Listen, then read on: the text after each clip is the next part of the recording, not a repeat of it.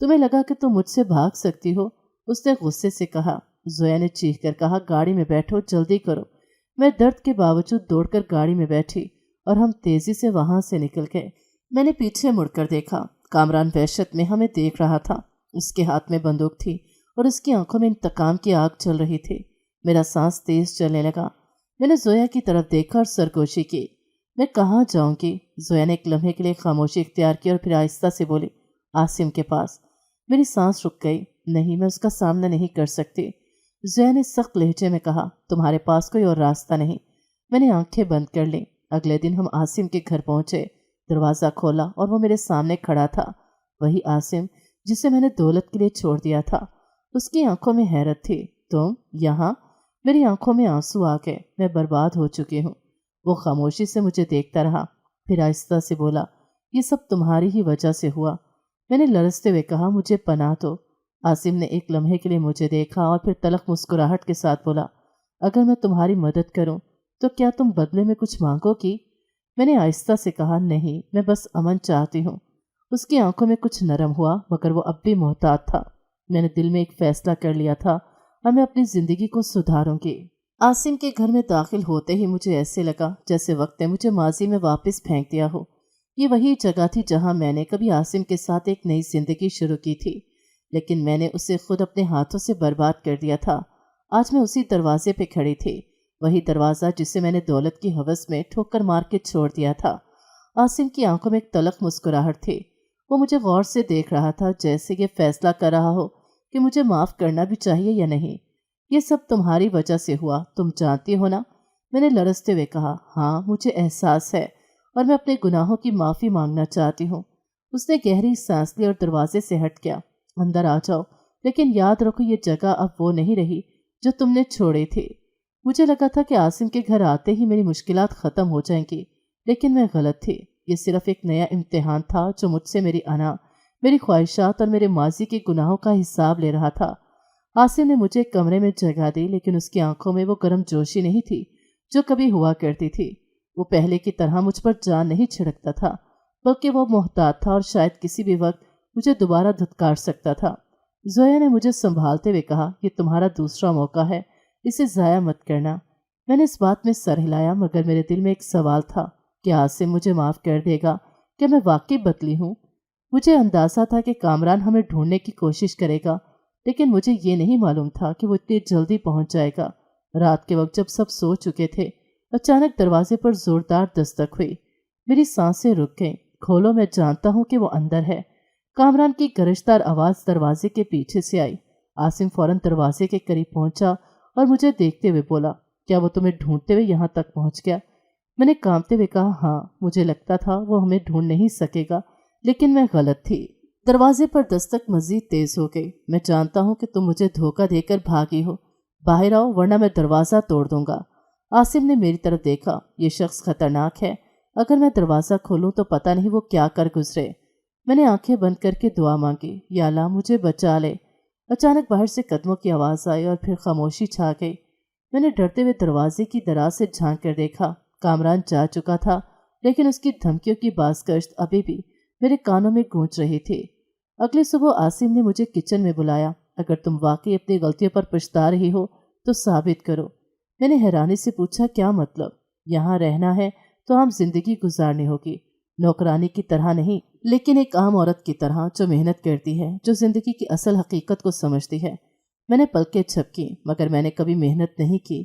تو اب کرو۔ عاصم کا لہجہ سخت تھا۔ اگر تم سچ میں اپنے گناہوں کا ازالہ کرنا چاہتی ہو تو تمہیں محنت کرنی ہوگی۔ اب میری زندگی بدل چکی تھی۔ جو ہاتھ کبھی مہنگے زیورات کے عادی تھے، وہ اب روٹی گھوننے لگے تھے۔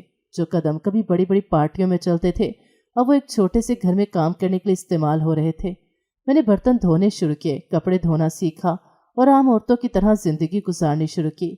زویا کبھی کبھی مجھے دیکھ کر حیران ہوتی، کبھی سوچا تھا کہ تمہاری زندگی یہاں تک پہنچ جائے گی۔ میں ہلکی مسکراہٹ کے ساتھ کہتی، نہیں، مگر شاید یہی میری سزا تھی جو میں نے اپنے ہاتھوں سے لکھی تھی۔ چند دن گزر گئے اور میں نے سوچنا شروع کیا کہ شاید میں محفوظ ہوں، لیکن میں پھر غلط نکلی۔ ایک دن میں بازار گئی اور جیسے ہی میں نے سامان اٹھایا، کسی نے میرے کندھے پہ ہاتھ رکھا۔